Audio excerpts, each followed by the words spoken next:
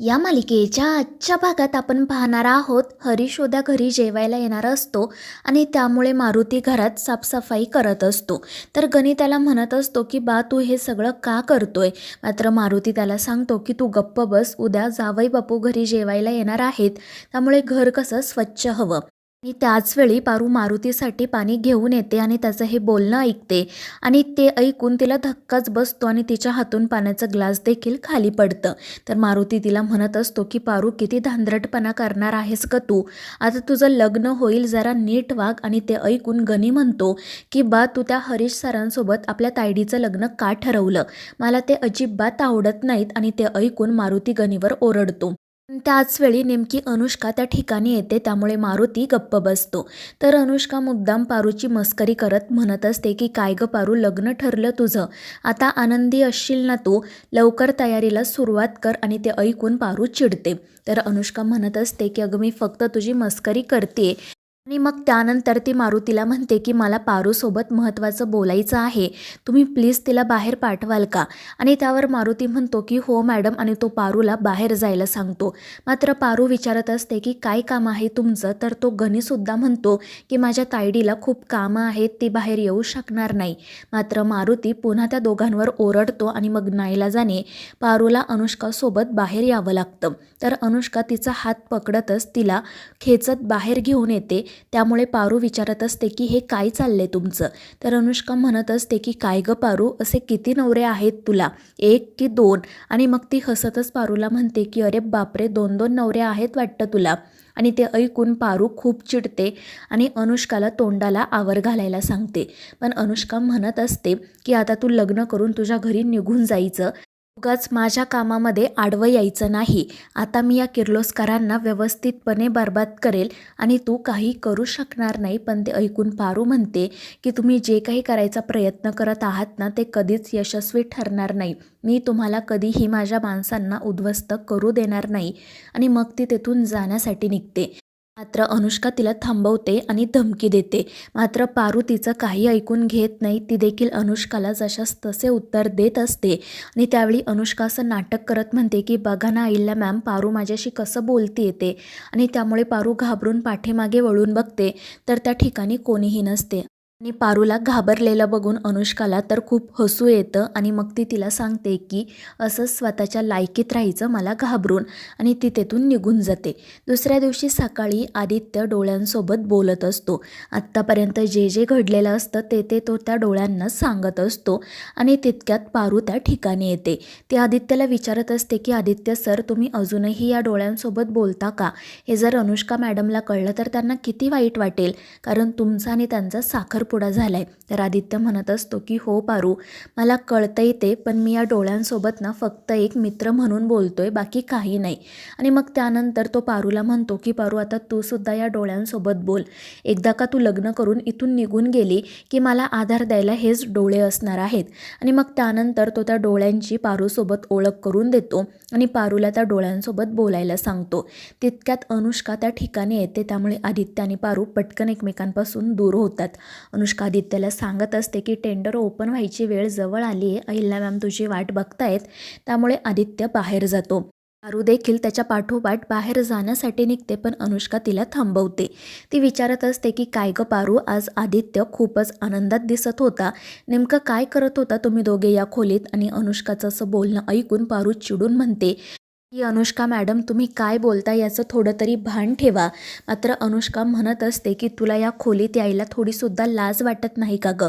एकदा सांगितलंय ना तुला, माझ्या आदित्यपासून लांब राहा. तो तर मूर्खासारखा सतत पारू पारू करतच असतो, पण तुला काही वाटत नाही का.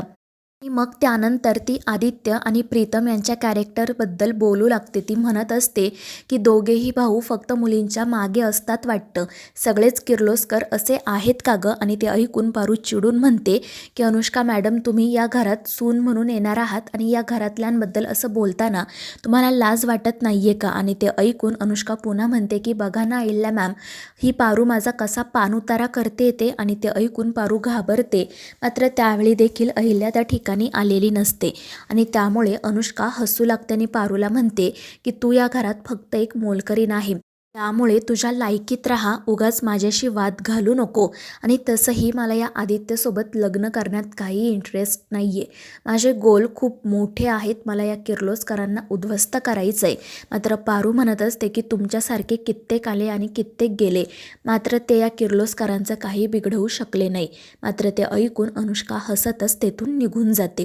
तर दुसरीकडे अहिल्या एक मॅगझिन बघत असते आणि त्या मॅगझिनच्या फ्रंट कव्हरवर एका वेगळ्याच कंपनीची ॲड असते आणि बॅक कव्हरवर किर्लोस्कर कंपनीची.